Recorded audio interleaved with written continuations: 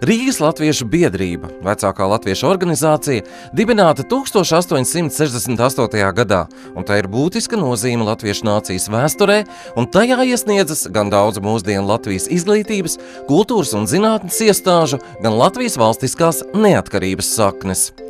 Veidot tautas kopības apziņu, kopt, sargāt nācijas garīgās un kultūras vērtības, bija, ir un būs biedrības sūtība.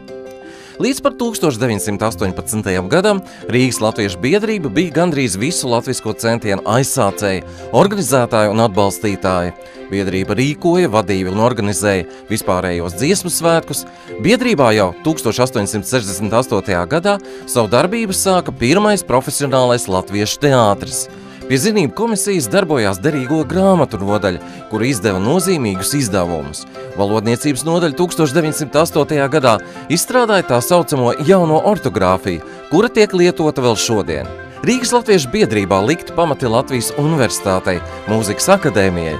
Te savāktās kolekcijas kļuva par pamatu vēlāk dibinātajos Valsts vēstures muzejā un etnogrāfiskajā Brīvdabas muzejā. Pamatu uzdevums izglītot latviešus, izglītot nāciju. Plašākā vai šaurākā nozīmē. Ar kvalitatīviem pasākumiem, kultūras pasākumiem, turot šo latviskumu kā centrālo mugurkaulu.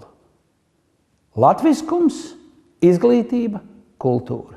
Atbalstīt talantīgus jauniešus, dot viņam šo iespēju. Jebkurš var būt biedrs, ja tev ir atvērta sirds. Stāvi stipri, strādā droši. Kam? Latvijai. To mēs arī darīsim.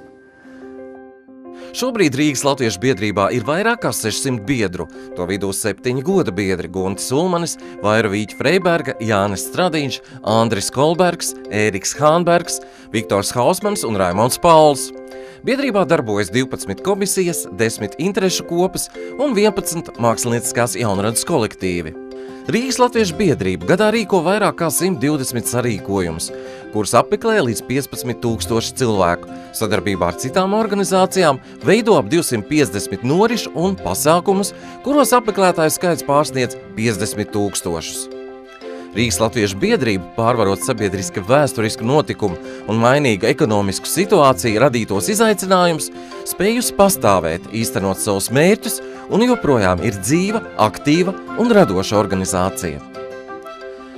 2018. gads būs īpašs. Latvijas valsts atzīmēs 100 gadu jubileju, Rīgas Latviešu biedrība svinēs 150 gadu jubileju.